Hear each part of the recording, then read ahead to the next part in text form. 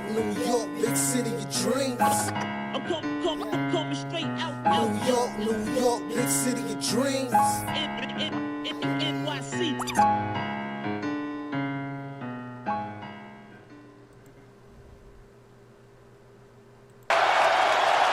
The series is tied at 1 game apiece. Knicks get their first playoff victory in 8 years. And the Hawks will... What's going on? This is Jay Ellis for the Nick of Time show here. Give you that Knicks talk just in a nick of time. And the gunshots is going off today because you know what? The Knicks have won their first playoff game in 8 years, taking it to the Atlanta Hawks and the balding Trae Young. We beat them in definitive fashion, 101-92. And who is leading us to victory today? Derrick Rose with 26 points, 4 assists, and 4 rebounds. Followed with Randle with 15 points, 12 rebounds, and 4 assists. Bullock finally came to life after, having a really, really slow game in that first game, giving you 15 points. And the Knicks finally get a well-deserved, well-needed win, man. And I am ready to talk about the first Knicks win of the playoffs. Let's go. Let's go, man. Before we even get to the details of the game, though, first and foremost, I want to introduce my guy from the pod, Strickland, Benji Ritholtz. What's going on, man? Feeling great. Feeling outstanding. Oh, my. What a night. Yeah, how's your head, man? Because I know we talking behind the scenes. You're talking about you're a little nervous. You need to drink a little bit of wine because you're getting too excited. The way the game started, but have you settled down? Are you settled in? Do you know it's real right now? Yeah, at halftime I had to calm the nerves a bit. I was very stressed out by what I was seeing, especially from Julius, from the whole squad. It was just not the team that we have become accustomed to watching day in, day out. Nope. So yeah, I needed some alcohol, and I don't know, maybe it turned the tide because obviously things turned around in a beautiful way. Absolutely, man. Happened. Now we're vibing. We're feeling good. You know what that means, right? Now that the Knicks have won, everybody who's watching the Knicks Nation, whatever you did at halftime, this is now your ritual for the rest of the playoffs. All right, you cannot break it. If whatever alcohol you drank, that's what you're drinking from now on. If you ate eggs that day, if you ate steak, you're eating eggs at halftime. Keep this momentum going. we need all the luck we can get going into Atlanta on the next game. All right. Oh man, but let's break down this game for real. Let's break down this game. All right. Let's start with the elephant in the room. Because for months, the entire season, especially since Derrick Rose has been here, even before Derrick Rose has been here, Knicks Nation, Knicks fans, Knicks media have been begging for Elfrid Payton not to be in the starting lineup, right? The game starts off in a familiar fashion. The Knicks are down once again at halftime in the first quarter. Like we started off struggling. We started off in a flurry on defense, right? The Knicks, but the Hawks had like a 14-7 start. Even though we played good defense, the offense was never really able to kick in fully, despite our good defense, and it hindered us. And once again at halftime, our second unit outscored our first unit. And I'm guilty of, I'm looking at Randle like, Randle, get it together.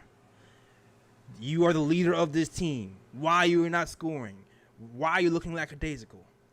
But then the second half starts and you start to realize, hey, get it together. Maybe the reason things aren't happening the way they should is because the cast that is around Randle isn't the cast that should be around Randle for real. Am I wrong in that assessment? Tell me how you look at that. I don't think you're wrong. I think we've all known for a long time that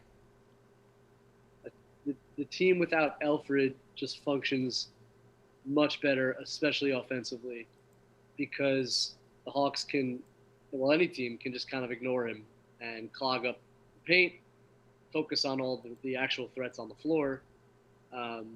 In this specific series, we've seen, because Atlanta knows that Julius has cooked John Collins every time they've played this season, so they wanted to put DeAndre Hunter on him. Right. And the reason that they're able to do that is because they can then stick John Collins on Elfrid Payton, which you couldn't do to any other point guard in the league. Like, Nope. you can't stick a bad defensive power forward on any other point guard, right? So, like, that in and of itself was a problem, because now you get a better defender on Julius, and you're not really exploiting the mismatch that you create, because Collins is now guarding Elfrid, who's not doing anything offensively. So all of that is true. We've all known it all year. Like, it doesn't make any sense that he's starting games. That said, trying to be objective about it, Okay. and kind of watching how the game progressed. Julius comes out in the third quarter. Although he made his first three, he then looked terrible again. It kind of culminated in him throwing the ball to nobody out of bounds with about 6.5 left in the third. Yeah. And Knicks were down still like 10, 12, something like that. And he looks distraught. He goes to the bench, and I just watched it. I tweeted out, I'm like, this guy, he just needs to grow up, like, now. Like, he was indecisive, passive. Right. Like, I don't think he was on the floor. And Alfred has something to do with it, but he doesn't have everything to do with it, because we've seen Julius figure it out despite the spacing issues that he creates. And, like, he needed to grow up in this game and, like, accept that being the best player on a playoff team when teams are scouting you is much harder than anything he did in the regular season. Absolutely. He's grown a ton this year. He's made amazing strides. Like, this is a new step, and he looked like he wasn't up to it for 6 quarters almost. And that moment, it just felt like he came out after that timeout, and all of a sudden, every decision was quick. Yeah. He started attacking aggressively. He wasn't holding the ball. He drove it to the rim. When he was open, he shot it. When there was a guy open, he passed it. Like, everything was just a little more decisive from that point on, and that was the Julius that we obviously need to win. Like, he can't hit, no matter who's playing, whether Alfred's on the floor or not. If Julius Randle can't shoot better than 25%, we're not going to win this series. Like, we're too dependent on him. So to me, like, yes, Elf is a factor, but Julius needed to figure it out, and I think he finally did, kind of coming out of that timeout in the middle of the third. Yeah, I think it's a little bit of both, right? Because Tom has been telling Randle all year, trust the pass, trust the pass, trust the pass. They scouted us heavily. Like, they took away that Bullock corner three, yep. And they pretty much, they was forcing. I feel like RJ took a good amount of open shots and was clanking it. Elfrid Payton was left open to do what he had to do. But, like, I feel like the cast in that first half wasn't really hitting the shots once. The times when he did make the pass, I feel like it didn't help his case. And it was like, well, we're just going to keep doubling him. But to your point, there are certain things that I feel like he didn't exploit. In the past when he wasn't scoring, right, I feel like they were more forceful, just getting fast break points. All right, okay, you're going to guard me. You're going to double me in half-court set. We're going to push the ball on makes and misses, and no one's going to be able to keep up with me. I feel like they haven't done that yet all series until maybe the second half of this game. Yeah. So to your point, you are absolutely correct. The decision-making was quicker for sure. And I do feel like they were just more forceful in the way they played in that second half. But I also feel like, having somebody who can make plays, run pick and, Derrick Rose, Julius Randle, pick and roll, pick and popped, worked right out the gate, first play of the game. Yep. No, absolutely. No, I mean, there's no question that it helps. It helps. I just, I don't think it's fair to just kind of pile on Julius' failures in the first 5 quarters of this game, of the series, on Elfrid. Like, there is a degree to which he's the one shooting the ball. Like, he was missing shots that he normally makes. He was passive. He was holding on the ball too long. Like, I agree. I think we're in agreement. I think, like, yeah. Like, it helps to not have Elfrid on the floor, and Julius figured something out, I think, as the game went on. Also, like the possession before the one that I'm referencing where he threw the ball out of bounds, he pump faked out of a 3, drove the lane. Capella was there to meet him, and he kind of pump faked under the rim like 3 times. Right. And that's what I mean. It was just like The indecisiveness, yeah. like, you know what? Attack him. And if you get blocked, you get blocked. But like, we need you to score. So you get a lane, you got to go up and try and dunk it for God. Like, and soon after that timeout, he went to the rim hard. He got fouled. He got to the free throw line. Like, look, that's just what we need him to do.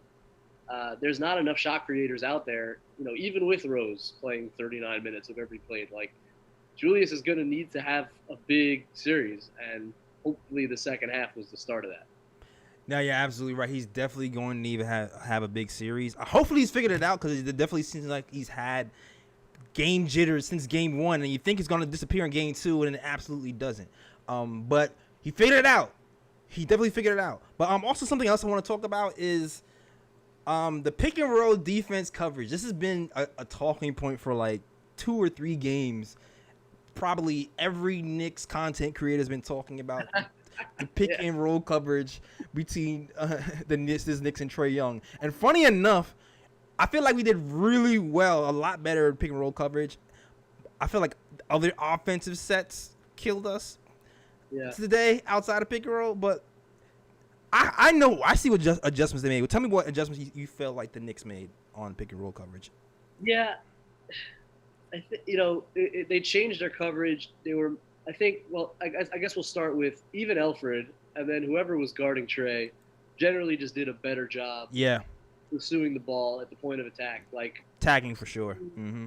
That was discussed because in game 1 it was basically like we're just gonna get caught up on the screen, and Trae's gonna have that runway with our big in the play the ball around and go make the floater, and that didn't work. I mean, he tore us apart. And I think there was a concerted effort by the point guard defenders at the beginning of the game. And then something I loved is that Tibbs put Reggie on him to close the game, who's, I think, just our best option. I think Reggie played – Reggie played the entire second half? Yeah, Reggie didn't sit in the second. He was a freaking hero out there. But, yeah, so he guarded him at the end. Just, like, got up into him a little bit, made him a little bit more uncomfortable. Like, things were just too easy. I said that, guys who saw game 1 review, I was like, we need to put more Reggie and less Derrick Rose and Alec Burks on them, because they just get torched every single time. And look at Yeah, exactly. So that was number 1. And they picked them up higher on the floor, which gave them a better angle to get through screen. There was definitely some of that. And then in terms of the bigs, so they took away they weren't really playing drop. I mean, it was a bit I have to be honest, I thought it was a bit unorganized at times. Like, I don't know if the players always knew what scheme they were running. I think Tibbs tried to throw different things at him. Honestly, I'll have to go back and kind of watch it again. There was definitely some icing the screen and roll that went on where they're trying to keep Trae on one side of the floor. Mm-hmm. There were a couple of early traps on top that forced him to get rid of the ball. Right. Generally, Noel especially was very aggressive up at the level of the screen, trying to reach and poke at the ball. Yeah. So they were definitely I think there were a few different things that Tibbs tried, which I like, because you got to make him a little bit uncomfortable, and he doesn't know what's coming, so that makes it just a little bit more difficult on him to know what pass to make and what type of play to make. So I like that. I just didn't. At times, I thought the Knicks weren't totally sure, so that, even if Trae wasn't totally sure, the Knicks weren't either at times. So it wasn't perfect, but it was better because it was more aggressive and it was more physical, which is always good. And I do think there's an element, especially in the third quarter, where the Hawks, because they were playing so high up on Trae, the Hawks got a ton of good looks from 3, and they missed them. I mean, there is some of that. I mean, especially Bogdanovich, who didn't seem to miss in the first game, missed a few really good looks in the third and fourth quarter. Like, and some of that's just like when there's more defensive pressure. I think you force, misses. Yeah. Hard. But there's always an element in any basketball game where, sometimes you make shots and sometimes you don't make them. So I do want to go back to the tape and kind of break it down more, but I would say generally better point of attack defense and more aggressive help from the bigs to force the ball out of his hands. And look, he still made some step back threes and did his thing, and he had a really good game. You live with those though, man. I agree. When I was watching the first half, like you said, it wasn't always perfect, but I definitely did notice that the tagging of of Trae around the picks was a lot better. Yeah. Around the 3-point line, there wasn't this huge gap. Definitely noticed that Nerlens Noel was more aggressive at meeting Trey at the 3-point line more often than not. And when he did that successfully, we pretty much got a stop for the most part.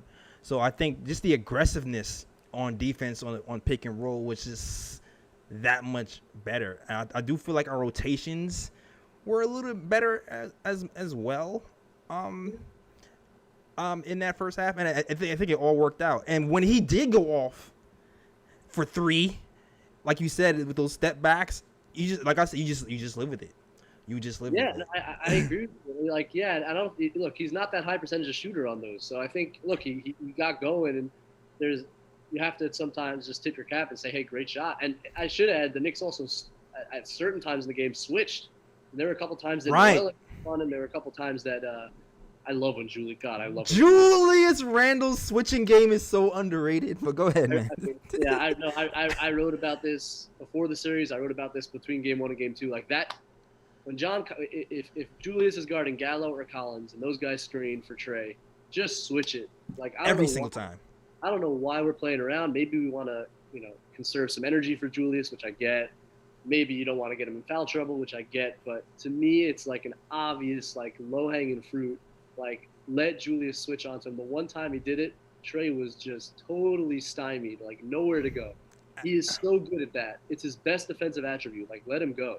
And that was during the third quarter that he did it, like when he was really getting going. I actually thought it energized his offensive game too. I think he likes to do it. I think he likes that challenge. And I think so too. It gets him going. Yeah, it got him going. Like he was getting downhill on offense. I love that. So yeah, they mixed in some switching too, which it's not always going to be perfect. Sometimes you're going to get burned. Like Trey, when Noel guarded him on a switch, he had a step back mid-ranger. Fine. Like take it. Fine. He's going to make some. He's going to miss some. But that's the kind of shot you want to give up as opposed to game 1 where it was just that repeated, easy, walk into the lane, floater. If you come up on me, I'll throw the lob. If the guy rotates, I'll hit the 3-point shooter. That's the stuff that we got to take away. And I thought just the general physicality and aggression was a huge part of the run in the second half. Absolutely. And like just to show you how much I know some people were saying, okay, they only scored 92 points. Some of those shots were open, but I just feel like we were just more aggressive and more intentional. So even though they missed some shots, I do feel like they made some adjustments. And they kept some adjustments from game 1 too. Listen, we've all been. I'm gonna pull up some of these stats. We were terrified of playing Clint Capella. Completely terrified. He averaged like 20 rebounds a game against us in the regular season. Right, I think he had 4 points today. No lob threat whatsoever. 4 points today. Hold on, let me pull it up. Let me pull up the stats real quick so you guys can actually see it with me. All right. That's actually wild. I didn't realize he only had 4. Yeah, like we were talking about it before, and John Collins, who's the other lob threat, had 0. No points. That's their second best offensive player. He had 0 points. Exactly. So Capella 4 points today, 11 rebounds. You take that to the bank every single day. 11 rebounds. I'm taking that every single time. You got to give Taj and Noel big props because they showed out. It's a really hard job to deal with Trey and still hold on to and still protect against the lob and protect against the offensive board. Because if you come up, you're out of rebounding position. And those guys. Again, it's not always perfect. Nerlens has his flaws. Taj is old.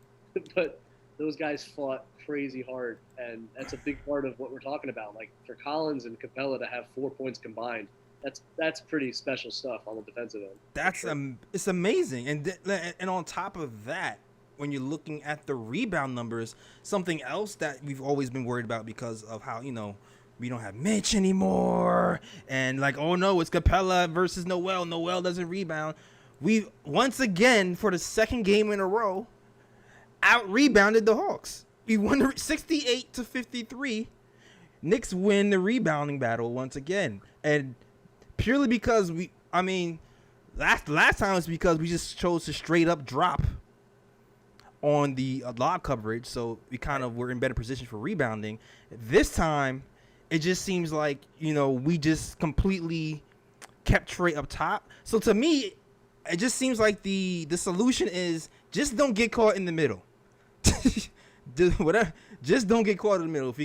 If you're going to do drop coverage or if you're going to pressure Trey at the top to get the ball in his hands, as long as we don't get caught in that middle area of not knowing what to do, we should be able to rebound solidly against these Hawks. And so kudos to Tom Thibodeau, who's had a pretty good, decent game plan. The gang rebounding. Alec Burks, 8 rebounds. Taj Gibson, 7 rebounds. Julius Randle with 12 rebounds on the night completely, So Julius had a couple beastly ones again in the second half.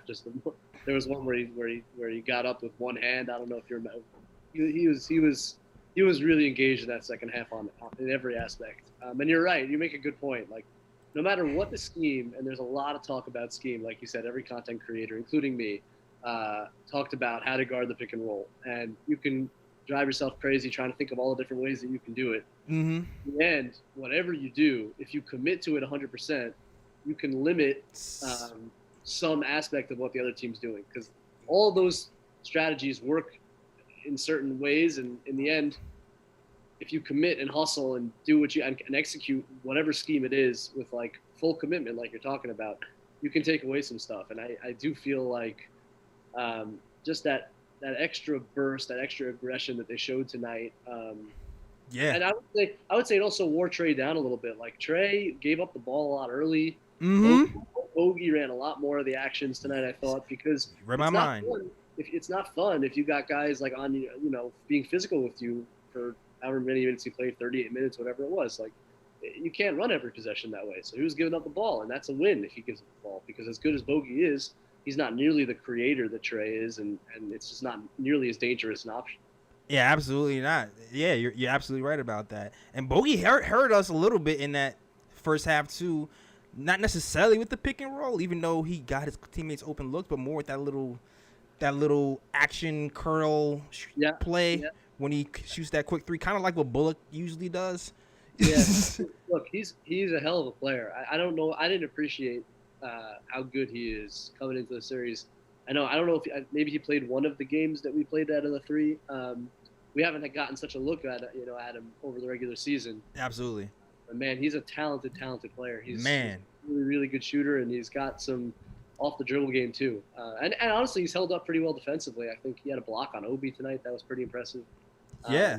He's a really good player. So he's going to get, he's going to score a little bit, but again, it's just about limiting and trying to take away the stuff that they really like to do. And I thought we did a much better job tonight. Yeah, and should we have more, man? There's a lot to talk about with this game. But before we even get into that, I got to salute to the chat, and I also got to recognize these super chats that came in, man. Shout out to the guys with the super chats that came in a little bit earlier. Robert Paris sends a $4.99 super chat, says 57 to 35 second half, sends a message to Atlanta that their offense can be stopped. That's right. That's right. The offense can be stopped. We figured it out. The Knicks did their thing. And I think we can go into game 3 with a little bit more confidence that we figured out something, We figured out something. The only thing is, the others, as who is, I think is Charles, as the others like to call it. They play a little. Shaq calls them the others. Shaq calls them the others. The others, they play better at home sometimes, so we gotta watch it. But I do feel like the scheme that we came up with today, it might be better suited going forward, and hopefully we're able to replicate some success right there, man. Yeah, just keep mixing it up. It's the thing about Tibbs teams. I think this is true wherever he's been. Is he runs a base defense, and that's the defense he basically plays all year long. And it's really good in a way because your team gets really, really good at that scheme. And right. The Knicks did. And the players know exactly what's expected of them every night. And it's the Knicks' base defense and their drop defense is what they played all year long with very few exceptions. He switched a little bit more against Brooklyn because Brooklyn obviously has a gazillion threats you have to worry about. But very rarely over the regular season did Thibodeau change the scheme. And it's a lot to ask now in a playoff series. It's a lot to ask your players to all of a sudden start switching up things and start icing and start doubling and start that's not easy to ask. And so it's not surprising that it looked a little bit unorganized at times, but you have to. You just have to against a player like Trae Young. You can't show him the same thing every play, especially when he had time to scout your defense. So it was really encouraging to see them change it up a little bit, mix it up a little bit, and give kudos to the coach because it's not what he's known for. He's not known to be much of an adjuster. So to see him do it was really encouraging. We had to be in dire straits for time to pull that trigger, man. We had to have our back against the walls, punching the teeth a few times for Elfrid. He actually played, 5 minutes to game instead of 5 awful minutes. I'm hitting the button on that. Like he actually played less than 8 minutes before, and he rolled out with a starting lineup in that third quarter of Rose and Taj, and we'll get into that in a minute.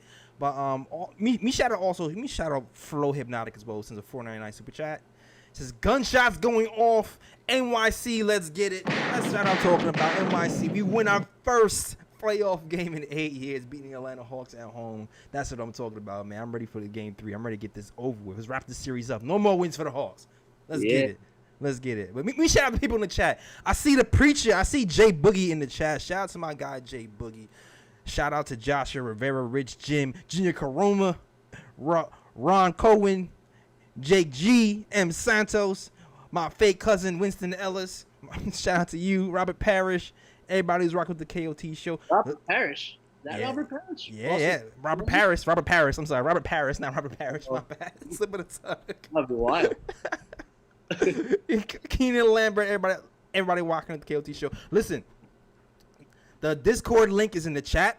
So if you want to call in, you want to chat with us, hit that Discord link. It's pinned at the very top. And you can talk to us live and give us your thoughts about this game. All right. Now, okay, so Derrick Rose. Derrick Rose, man. A guy who's a former MVP, youngest MVP in the game years ago, comes to this team off of the Detroit Pistons. He wasn't shooting that well with Detroit Pistons. He wasn't playing that much. Comes to New York all of a sudden, sees Tom Thibodeau, and regains his game. Becomes one of the most important trades that happens for this New York Knicks team. He gives us a steadying force, a guy who can kind of guide this team through the trenches, through their first time, their first playoff run, their first sign of adversity, first everything. And he's responded. He's responded as a mentor. He's responded as a competitor. And even like the way he's responded to the media when he's like, when Trey was talking his trash and love that quote. Oh my gosh, like the value he's bringing to this team is just unbelievable. What did you think about Rose's game overall today? Yeah, I just hope he can walk tomorrow. Yes. He tweaked his ankle at some point in the second quarter, maybe. Yeah, you're right. A little bit. Played 39 minutes, which I don't know. I saw some tweets flying around, like the most minutes he's played in I don't know how long time. If he can do it, then we should do it. Enough playing around. Let's start him and let's go. He was great. I mean, he gives us, since he got to the Knicks, he's the pace that we play at when he's on the floor. He's just such a real point guard. Like he just understands how to get the ball on an outlet, get out and run, find your shooters, find your trailers. And the Knicks, it's always a little bit of a struggle for us to get really good looks in the half court because we have limited creators. And I've always said throughout the year, like when we push the pace and you let guys like athletes like RJ and Julius, and especially with the bench unit with guys like Obi, like how helpful it is to get out and run. He brings that element, and obviously, he's become, I don't know, Trae Young's up there too, so I don't know, maybe him and Trae are the two best floater shooters in the league. He makes all of these floaters from all these angles, right-handed, left-handed, leading left, leading right, off right foot, off left foot, off both feet. He's got a whole package of floaters that he makes. Underrated. That he makes look easy because he can't get to the rim so consistently anymore. I will say he's shown some burst to the rim in the playoffs that I think he was saving up because he's had a couple finishes up near the rim that we haven't seen from him in a long time. I think he was probably conserving a little bit, and the Knicks were smart to play him less minutes in the regular season. Hopefully he can take on this bigger load because they need him. They need him bad. Yeah, you're looking at this point. It was always been Julius Randle 1. You would say RJ 2. There was a stint where it's like Julius Randle 1. There's like maybe it's Burks, but now in these playoffs, this playoff run, a guy who's been there before. It seems like in some instances, Rose might be the most important player. Right now, I don't like. It sounds weird to say. I know Randle is the most improved player, MVP, but it just seems like, it's hard for power forwards to run a team. It's hard for big men in general to usually be an engine full time, and that's why guards are so important. Yeah, no, look, that's why even a guy like Giannis, as special as he is, struggles at times in the playoffs. Guard play, it's like the old saying, like guard play is just the most important thing in the playoffs. It is hard for kind of the big guys to set things up. Julius had a certain amount of freedom in the regular season where, when defenses aren't as locked in, where he can bring up the ball and play around with it and do his thing. And all that stuff gets harder to do. And to have kind of a steady hand at the helm in Rose is invaluable. And he was, are there some mid-range shots I could do without? Yeah, but all in all, what did he have? 28 tonight? Yeah, Rose had 20. No, let's see. Wait. Here we go. Rose had 26 points on the night, 9 of 21. And just in general, because I've done like a whole clean the glass Rose breakdown. His mid-range game has been on fire this whole season. He's having his best. I think he's having his best mid-range shooting season of his career. Yeah. His floater's been just magical. Look, if he can pull these minutes off, and the nice thing about the playoffs is you have 2 days off between game 1 and 2. You get another day off tomorrow. They play Friday night, right? Game 3 is Friday night. Yep. Yeah. So there are no back-to-backs, and hopefully he can rest up and keep putting in the minutes. I don't know if this is the end of Alfred, the glorious. Listen, man, I hope it is. It's time to put the dead man to bed, man. I'm sorry. I'm tired of the ceremonial starts. Like, we already know what the deal. There was, and he started off great defensively. He was clearly up, and then we were on a run. We were up like 7-3. He comes down and takes this just absurd floater, like had just a prayer, no chance, and it totally killed the momentum. It did, man. Totally killed the momentum. And that was it. And they went on a huge run at Atlanta, and that was the end of Alfred Payton. And good. Good. Sometimes to rebuild, you have to destroy. And shout out to the sirens in the background. That's the good luck sign. That means it's going to be a great show. And so far, so good. Sometimes you have to destroy to build, and it had to be done. I'm just hoping moving forward we keep making these adjustments. We stay on a course now. Because now, at this point, coming to game 3, I need this same starting lineup in this third quarter, in the first quarter. That's how I'm looking at it. I think I want Taj. I want Taj to start, and I want Derrick Rose to be the starting point guard, and then we'll move on from there. Keep Elf on the shelf. Yeah. I think Tibbs has shown a little more trust in Quickly tonight. Quickly didn't have a good night. It was a bit of a rookie night for him. Which is fine. 2 for 9, 4 points. Yeah, he struggled. Didn't make a 3. Missed a couple wide open ones. But I think Tibbs is starting to trust him a little bit more to handle. Look, if you start Rose, then someone's got to run that second unit, right? Right. And I think if you put Quickly and Burks together, I think there's just enough ball handling there and creation. And the second units looks fantastic all series long. I mean, we need to talk. What Obi's done, Burks had a much. Burks wasn't gonna shoot 90% for the series, so he was 4 for 13 tonight. But still, important. Just like in the shot making he can bring. But I think you have enough with Burks and Quickly off the bench if you start Rose to survive and even thrive in that second unit, especially because Atlanta's second unit is nothing special. You just have to kind of contain Lou Will as they did better tonight than, oh my God, worlds better tonight than they did in game 1. Absolutely. And we should be able to outplay their bench as we did tonight. The bench was unbelievable today. Like crazy good. Like totally seized the game. I think when they came in, it was either tied or close, and they pushed it to a 10-point lead before Julius ever checked back. I mean, Julius only played 36 minutes tonight. This is the second night in a row that he's played 36 minutes.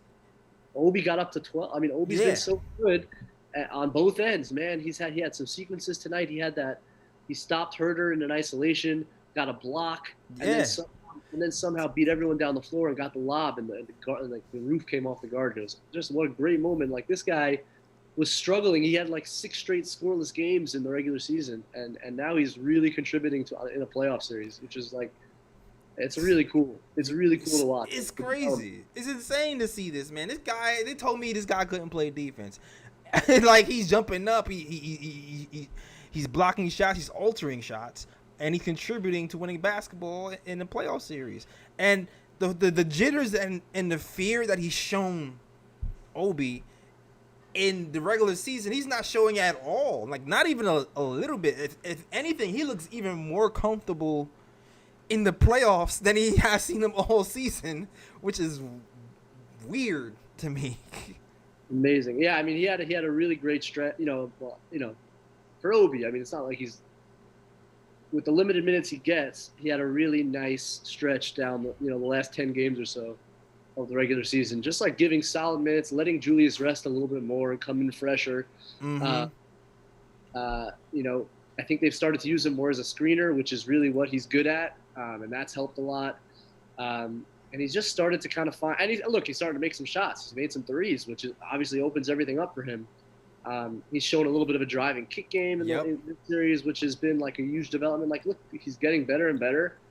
What looked like, some fans were worried was a bust early on. I think, look, if you're a rookie, a big man rookie contributing positively in a playoff series, that means you're going to be a good pro. Like, absolutely, that doesn't just like happen. Like, if you're doing that, then the future's bright. Like, I think we have a player. And that's more than we knew, midway through the season this year. So it's exciting, really exciting. It's really exciting. Wait a minute. Hold on, chat. Hold on. I see somebody. I see a caller in the queue.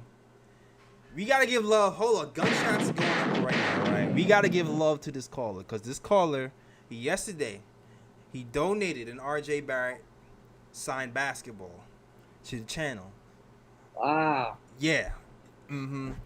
So we need to give this guy some love. I need you to flame. I need some love. I need everybody to type hashtag fresh in the chat. All right, hashtag fresh. This is all right, because we have Nuggy Fresh in the building. Fresh Nuggy. Hit that KOT live button a few times if you want to hear me, and click that watch stream as well if you want to hear our guest talk as well. And then you should be good to go. All right. Hashtag fresh in the chat. Let's go. What's good, everybody, yo? Yeah, man. What's good, Nuggy, man? What's good? Yo, first and foremost, I want to give a big ass shout out, or excuse my language, a big old shout out to the Knick of Time show. All right. You already know y'all been doing y'all thing for a couple years now. Y'all been following y'all for forever now, yo. Absolutely. Proud of y'all grind, yo. Proud of y'all grind. Appreciate it, man. Appreciate the support, and especially supporters like you who show up, they donate, they promote, hit me on the Jay Ellis, how do I get the word out? Like, Dougie's always super supportive. So shout out to you, man. On to the game, man. The game was fabulous, man. It was freaking energetic. It's my first game. Well, it's actually my second playoff game I ever been to. Wow. Went to the one on Sunday. That was excellent. This one was even better, yo. We would have got that one. The first one, the city would have been shut down. Straight up. I believe it. The city was shut down now. Like, I send you the picture. The city was straight up shut down now. No, I believe it. I believe it, man. Tell me, you ain't never been to a Knicks playoff game before, or a Knicks game? What's up? Now go ahead, keep going. Now I'm telling you, the energy is real. It's not a lie. It's not a lie. Everything that they say about the Garden is true. It's True. I believe it. I'm gonna play this video real quick of what you showed me earlier. Like, you have any takeaways from this game, Nuggy? Takeaways, I would say is I'm glad we got Elf out at the 5-minute mark. Glad we Absolutely. did that. Because I wanted to give him a try. His defense was good, but no points, man. And the missed layups, missed opportunities, just a couple points that we could have had. We had to get him up out of there. And then Julius Randle, he waited all the way to the fourth quarter. I didn't know what he was doing. I had no clue. I'm like, what are you doing? He's just passing the ball up. But he finally took control of the game, and, we got that W. Quickly, man, not even quickly. Obi. Yeah. Obi. I know everybody went crazy when Obi did what he did, Joe. Oh, yeah, man. Definitely did, man. Obi's just turned it around for us, man. Straight up hustle in the heart of Obi, man. The Garden was going crazy when Obi scored, Joe. And even afterwards, outside, they shut the whole outside down. Everybody was just screaming out Obi. Obi name. Like he was the star. Now can you tell me, I got one question for you, Nuggy. Who started the Trey is bolding chant? The 200 section, the guys behind me in the 200 section, like the 250. Oh, you saw? Okay. Someone who's at the game sent me a sign that they put on the seats that said the chant tonight is Trey's balding. Did you get one of those? No, I didn't get that. It was some people printed them out and put them on seats. It wasn't the Garden. Man, so the trolling is organized trolling now. Is that what we doing? I respect it. Were there bird suits out there? Bird costumes? There was some talk about bird costumes. Nuggy, you still there? All right, I'm not sure. Well, he's in the queue. The rest of y'all should. Okay.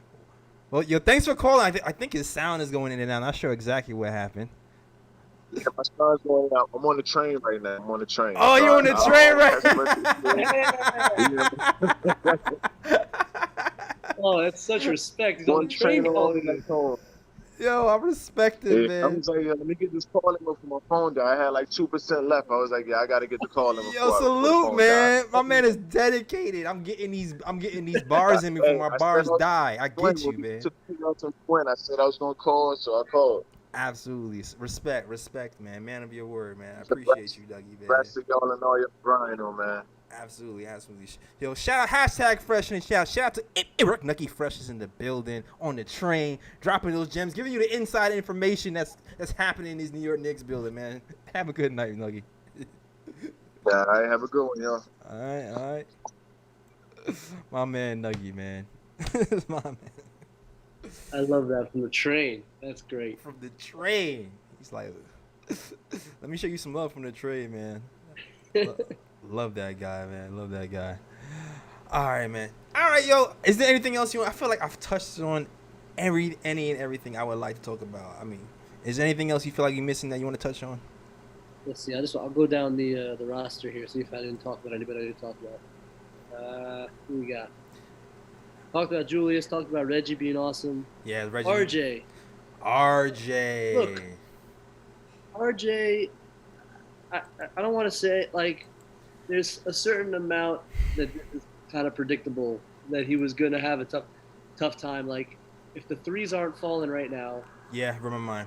He struggled at the rim the last, month, and especially with a guy like Capella. Like, his strength right now isn't finishing over big rim protectors like that. Right. And so, look, he's made huge strides this year. He's 20. He'll still give you the defensive effort. He still made some plays.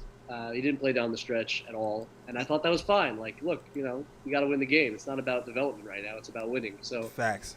He'll be all right. It's his first playoff series, and he's really, really young. And I don't want, he shot 5 for 14, but nothing to panic about. Like, he'll make some threes as the series goes on.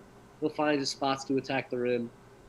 It just may not be the most efficient and series for him, and it may not be the perfect matchup for him, but he'll be fine.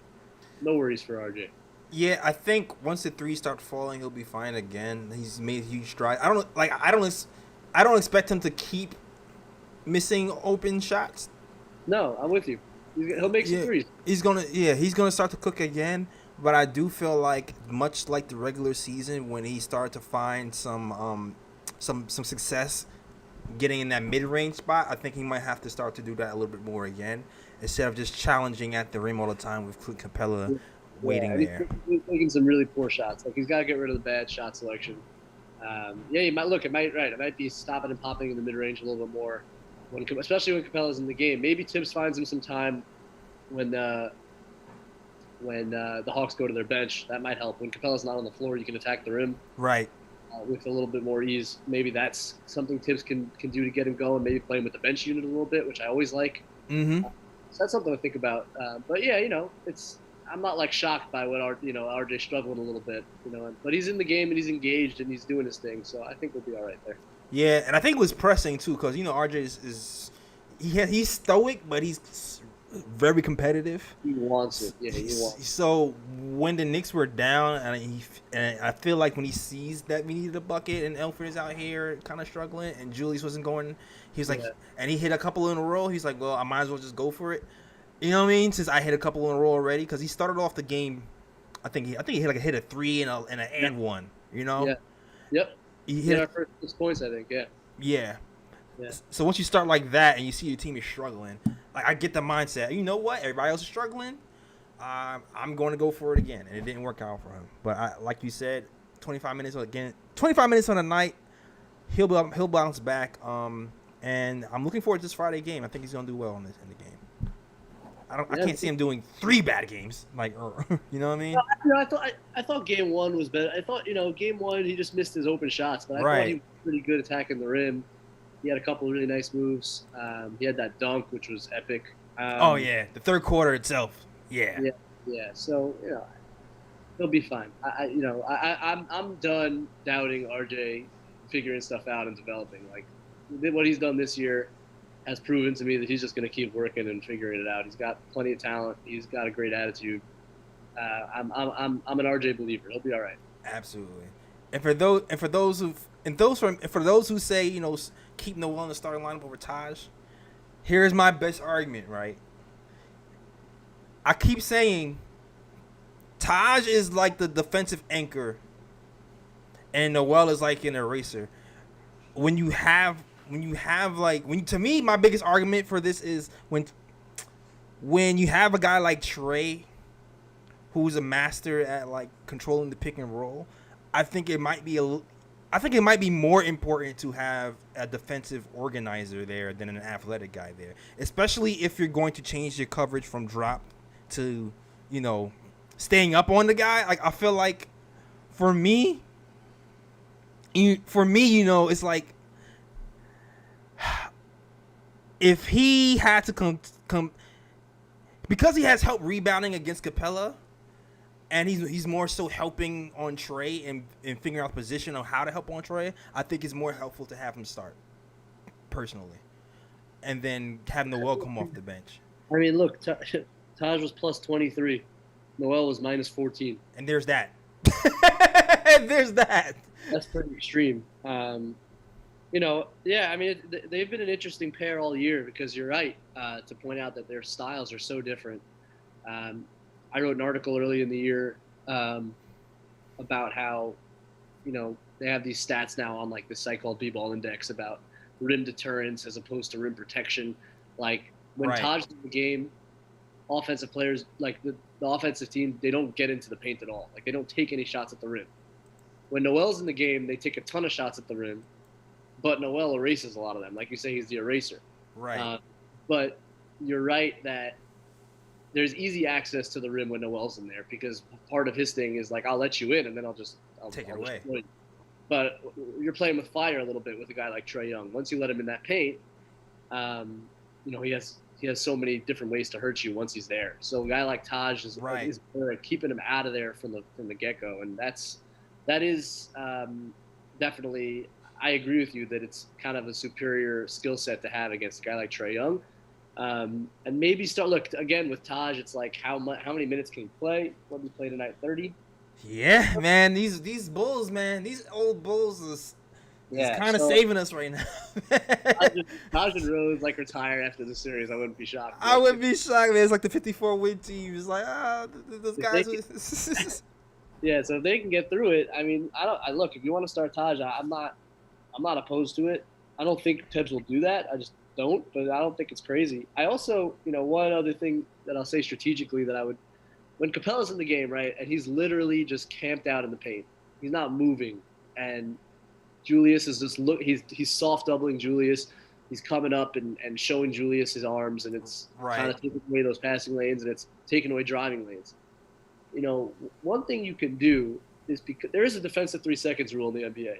The defender's not allowed to be in the paint if he's not guarding anybody.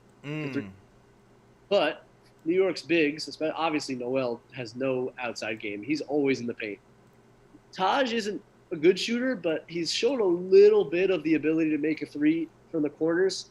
And even if he's not there to shoot it, if you just stash him in the corner on a few possessions, and you run that Rose Julius pick and roll, you may, because Capella can't camp out in the lane without getting a defensive 3 seconds, you may just get some daylight for Julius to attack. And because I think, look, if Taj wants to shoot one to make them respect. I don't care. You could take a possession to shoot one, maybe you make it, but just to get Capella the hell out of there, because he is pitched a tent in there. Oh yeah, he's freaking grilling, and he's just chilling down there. And it's we got to make him move, and one way to do that is just stick. It doesn't matter if they can't shoot. Just stick him in the corner and make him get out there. So that's something to think about. Maybe something Tibbs can go to, just to open up the lane a bit.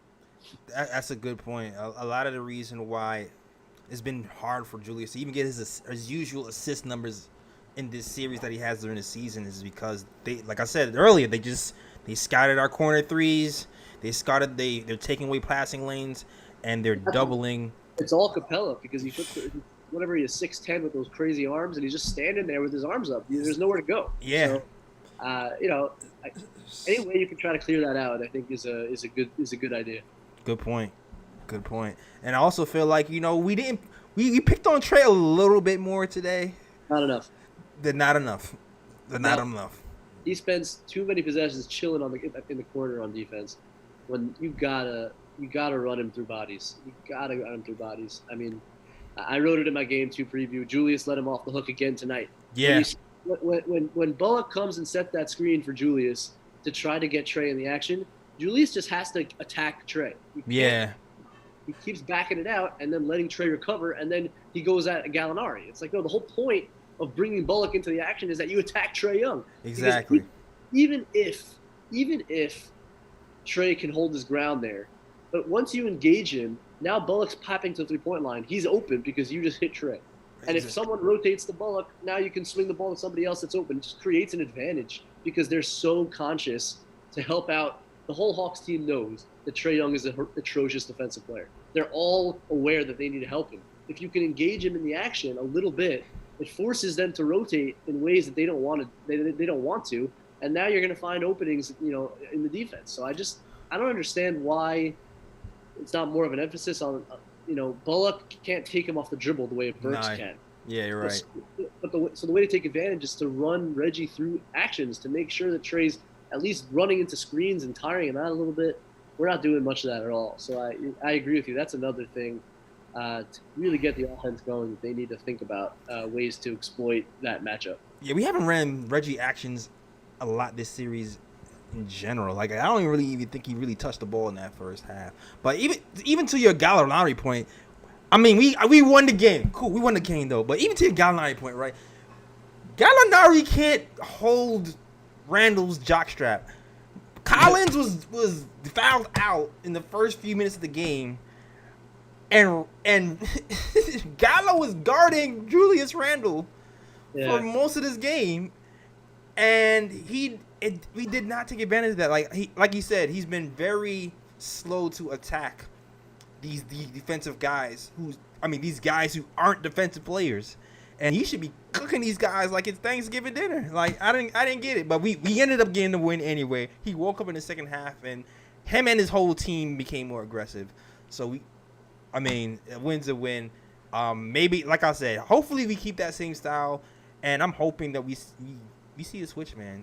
I want to see Derrick Rose. I want to see that starting unit in that third quarter be that first quarter, second unit. I'm hoping. I know I'm asking for a lot from a guy who doesn't change.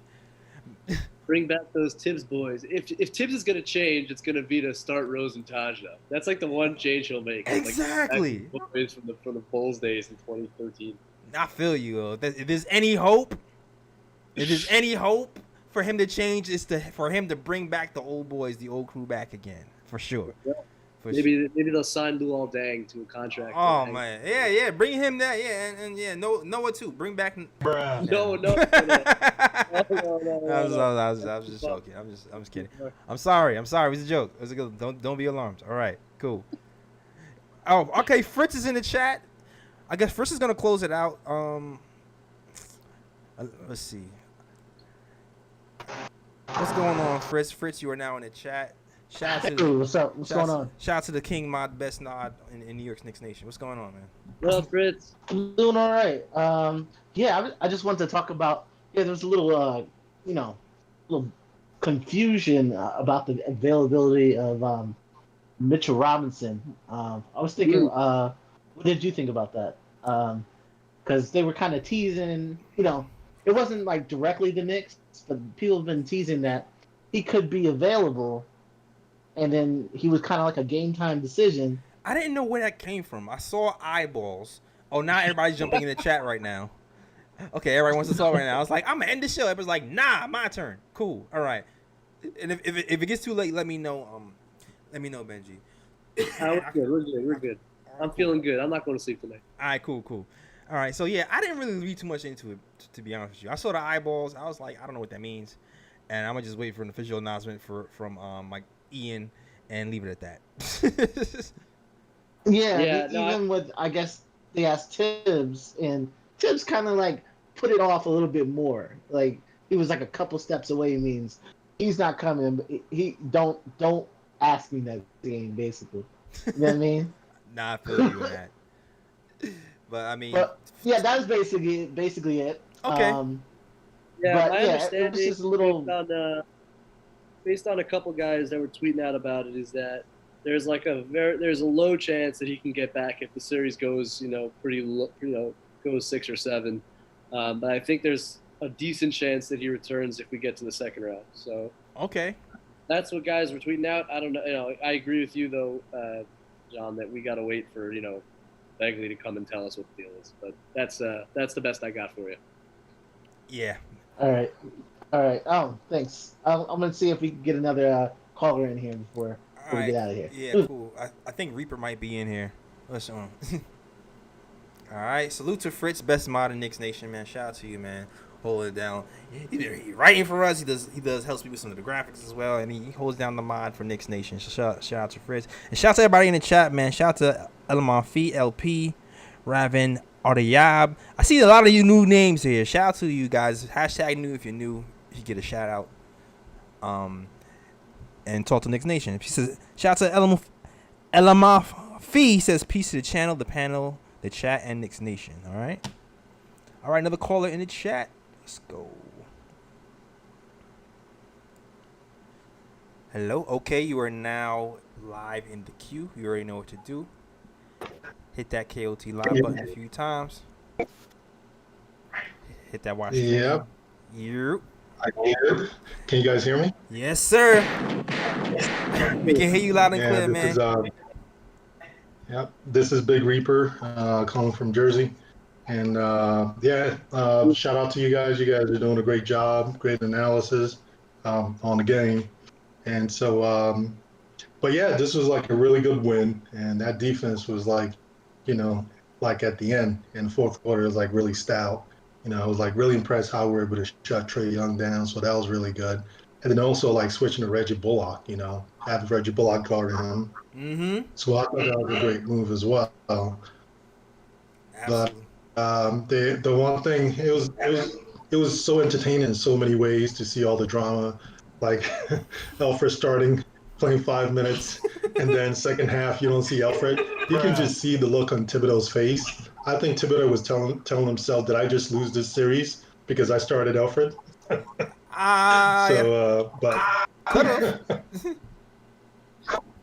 but no, I'm kidding about that. But Thibodeau was really worried. He was not happy most of this game.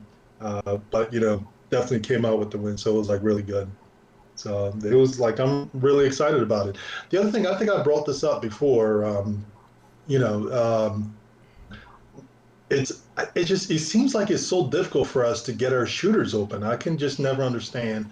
Like Bullock, we do run stuff and we're able to get them open, but a lot of times it's because like if the defense collapses and there's a double team, then they'll kick it out to block. It seems like that's how we're able to get them open most of the time.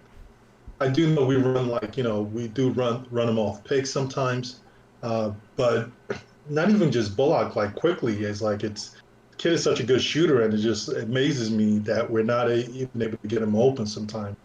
Even the first game he was so hot, and second half it's like they didn't run any plays for him. It felt like so it was. But what do you guys think about that?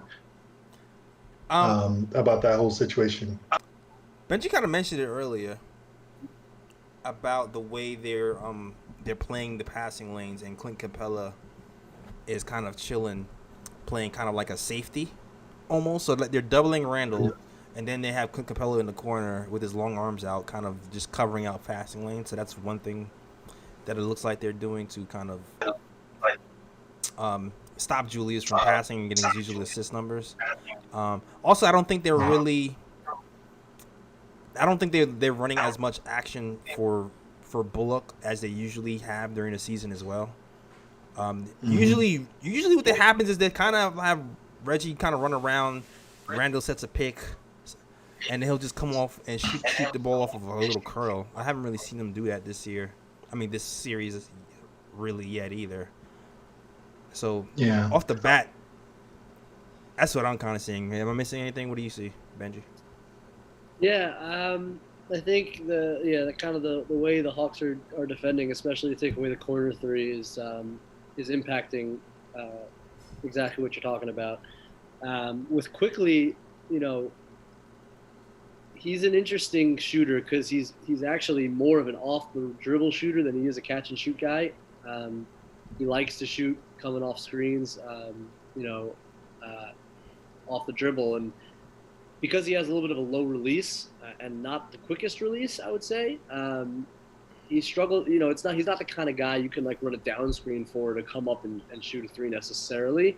And even tonight, you saw a couple times where they closed out. It looked like he had an open shot, and just because of the way he shoots it, he had to pump fake out of it and kind of go to his floater game. So with Quickly, I just think that's the player he is right now, and something he could probably work on is raising the release and making the release a little bit faster so he can get that shot off. Reggie, and look, Reggie got going in the second half. I do think they were able to collapse the defense a bit more in the second, and part of that was because Julius was just a little bit more aggressive and decisive getting downhill to kind of start those pass kind of sequence at the open, and then you can pump them and relocate, do all those things. So you're right that it's a little bit of a challenge to get the shooters open. Hopefully they crack the code a bit in the second half, and that'll continue going forward. Yeah.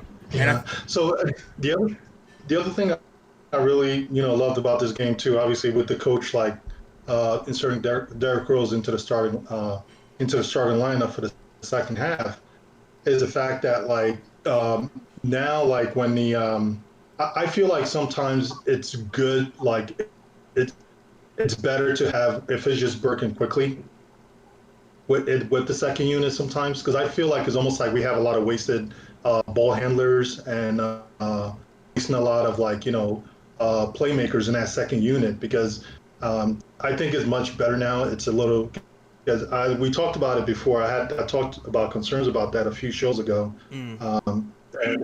But now I think things are just makes a lot more sense. Everything is a lot more evened out. Facts. Before, when you had you would have Quickly, Derrick Rose and Burks in that lineup, and it's it would work. Burks can basically play small forward, and he's a pretty good playmaker.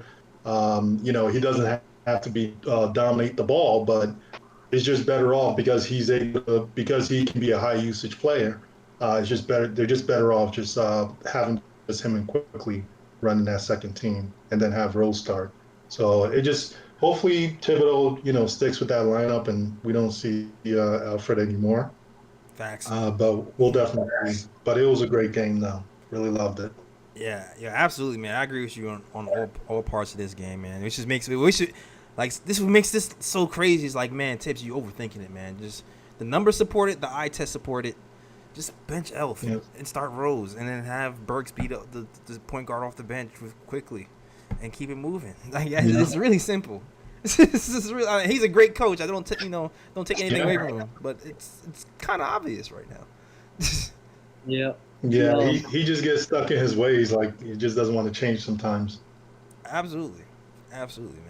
Yeah. I don't know. Are we gonna get to a point where he plays for like now we're down to 5? Like, is he just gonna play like the first 2 possessions, then pull him like all time out and get him off the floor? Like, exactly. How much lower can we go before he just doesn't play anymore? I don't know. I hope we're getting close. Yeah. Right there, man. That's I feel bad for Alfred. Hopefully, things work out for him, gets better. But it's never even personal. But it's we watch the game and there are players that are helping, there are players that aren't helping. He's not helping. It is what it is. Exactly. Yeah. Exactly. Definitely man. True. All right, yo. Salute. All right, thanks for taking my call, guys. No problem, man. Salute to you. Man. Salute to you, man. All right. Yo. All right. Have a good night. All right. You too. You know what? I'll also say this about his first question about Reggie Bullock.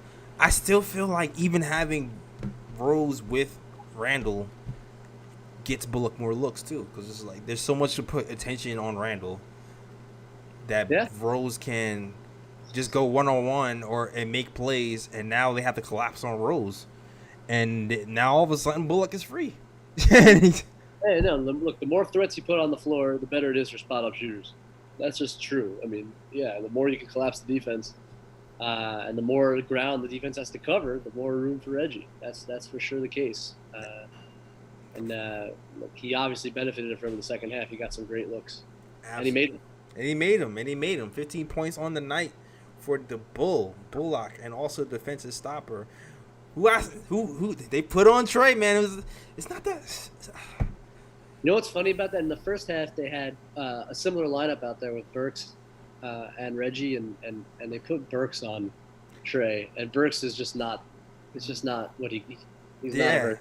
He's not a point of attack defender, and they had Reggie on Bogey, which I get because Bogey's tough, but to me, again, it's like if you gotta chop off the head of the snake, right? Yeah. Trey. So if Reggie's your best option, just put Reggie on him from the start. Rose did better tonight, but it's a challenge for Rose. So put freaking Rose on DeAndre Hunter. I don't care. Let Hunter try to post up to Rose. And get Reggie on Trey from the tap tomorrow. If we're gonna, I don't know. Look, maybe we'll start. Assuming they start Rose, right. I would love to see Reggie start the game on Trey, make it tough on him from the start. That would be great. No, I agree with you, man. I agree. I told Ryan this the other time. I was like, listen, put Reggie on Trey. He's like, what about Bogdanovich? Bogdanovich is cool, but Trey is the problem. Put Reggie on Trey. Put RJ on. Look, if you're nervous about Bogdanovich, put RJ on him. There you go. Let Rose deal with Hunter. Like, what's Hunter going to do? I mean, Hunter had played a pretty good game tonight. He got to the line a ton. But, like, he's not going to post Derrick Rose up. And if he does, he's a spot on. Let them try it. I mean, that's not what they want to do on offense. So, you're right. So do that. And, like, I do think they hunted Rose a bit when Rose was guarding Bogey. They definitely did. They definitely did. Trey went off. They were going at Derrick Rose defensively. So I would hide Rose on the – and especially if Rose is going to play a ton of minutes, you don't want him guarding – the tough guys on the other team. So let Rose hide on their worst threat, and that's DeAndre Hunter in the starting lineup. Mm-hmm. And let RJ guard Bogey, and let Reggie bother Trey for 20 minutes in the game. That would be great. Facts. Done. Book it. I think we should send this video to the coach and let him know how she be running, right? Knicks fans know best how to run teams. That's all I have to say. No doubt. Knicks Twitter, Knicks analysts. The Knicks Twitter analysts know best, all right? We know better than the other analysts, that's for sure. You know what? That's for sure. That's for sure. All jokes aside, I do feel like Knicks Nation and Knicks Twitter have probably the best videotape Knicks analysts. A lot of smart people. any team anywhere ever. You just do. It just is what it is, and that's not even me being biased. That's just facts. I'm with you. Yeah. All right. Yo, that is our show, man. I'm just wrap it up. Salute to the chat once again. Shout out to Eric Nuggy Fresh is in the building. Shout out to my fake cousin Winston Ellis, Fritz out of Sindor, Keenan Lampert. Everybody else is rocking with the KOT show. Winston Ellis says D-Rose said Tibbs told the team D-Rose will start in the second half. Well, yeah definitely. All right. Craig Ward says, sending blessings out to Jay Ellis and KOT fans and crew. Just one question. Why are we having such a hard time making layups and missing shots around the paint? We always do. We have all year. We suck, and Clint Capella. No, we don't suck, but like that. Look, Randle struggled around the rim all year. The reason Randle had a great year is because he shot the hell out of the ball, not because he scored at the rim. That's and true. RJ struggles at the rim. I mean, Rose is probably our best player at the rim. I mean, Elfrid struggles at the rim. Reggie doesn't take any shots at the rim. Quickly doesn't take any shots at the rim. Facts. Obi when he plays, and neither of our centers like are Taj is a little limited and Nerlens can't catch. So you put all that together, and you're not going to get a ton of looks at the rim. I mean, Mitch was our best player at the rim, and he's out. Yeah. That's just kind of and you add Capella to the mix, who's a really elite rim protector. Then you're not going to get great looks at the rim. That is just kind of life. Yeah. You're gonna have to make some shots. Facts. I mean, even during the series when Capella's out is kind of when we get to the rim a lot more, and then when he comes back in, it's like, all right, party's over. No, but that's important. When Capella's out of the game, you got to attack the rim. Definitely. Absolutely. All right, I think that's our show. Thanks for you guys for rocking with us. Yeah. So Benji, tell them where they find you, man. Yes, sir. Twitter accounts at Benji43, BENJY 43. I'm putting out a ton of stuff during the playoffs. I'll probably come out with another article tomorrow, but I wrote one before the series, wrote one between games 1 and 2, just on tactical stuff, strategy, where to look, what to look for in each game. And I'll be putting out stuff throughout the day tomorrow. So look out for that. And I write for the Strickland, which is a great Knicks site. We've got a ton of good stuff. So you can look for us there as well. All right, salute to you guys, man, and people at the Strickland. All y'all do really good work and really do good video work and video breakdowns in general. So shout out to the Strickland, man, everybody over there. All right, appreciate that, man. Thank you. Super. All right, no problem, man. Yeah, you already know where to find us, man. You can listen. You can follow us on Twitter at the KOT Show. You can also follow us on Instagram at the Knick Time Show as well. Listen, we try to get to 10K followers on Instagram. So if you want to follow me on anything, follow us on Instagram. So you get that little swipe up feature, and now we live in large. All right, so follow us on the Knick of Time Show on Instagram as well, and Facebook, and also just check out the blog at theknickoftimeshow.com. Shout out to all the writers, Mikey and Fritz and Rob and everybody who contributes to the Knick of Time Show. Shout out to you guys.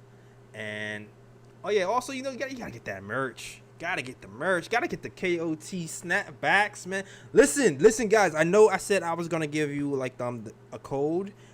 I was trying to put the code in this morning to send out to the Discord chat, and it wasn't coming through for some reason. So I'm still working on a little discount code for this KOT snapbacks.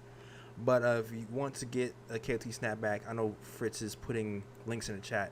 Go to the knickoftimeshow.com/catalog and get your KOT snapbacks in blue and orange and black and white as well. All right. That is our show. Have a good night. Next show, Friday. Game 3. Going back to Atlanta. AKA MSG. Brooklyn is MSG 2. Maybe Atlanta is MSG 3. I don't know, because there's mad Knicks fans over there. All right. But we're going to MSG 3. So you're going to see you after the game on Friday. And I don't want to spoil it, man, but I don't know. I was looking at, KOT has like a group chat. So the original KOT members was like, yo, we trying to come back for the Friday game. So we might have like all the old Kathy, G, Ryan. Everybody might be back for the Friday game. So stay tuned for that, man. KOT reunion for sure. Day one's on deck on Friday. So check out that show Friday night. All right. That is our show. We are out of here. Peace. Enjoy the win, everybody. Heck yeah. Gunshots for the Oh, wait. I got to do this. And as always, shout out the World Wide West. Everywhere we go, we leave a worldwide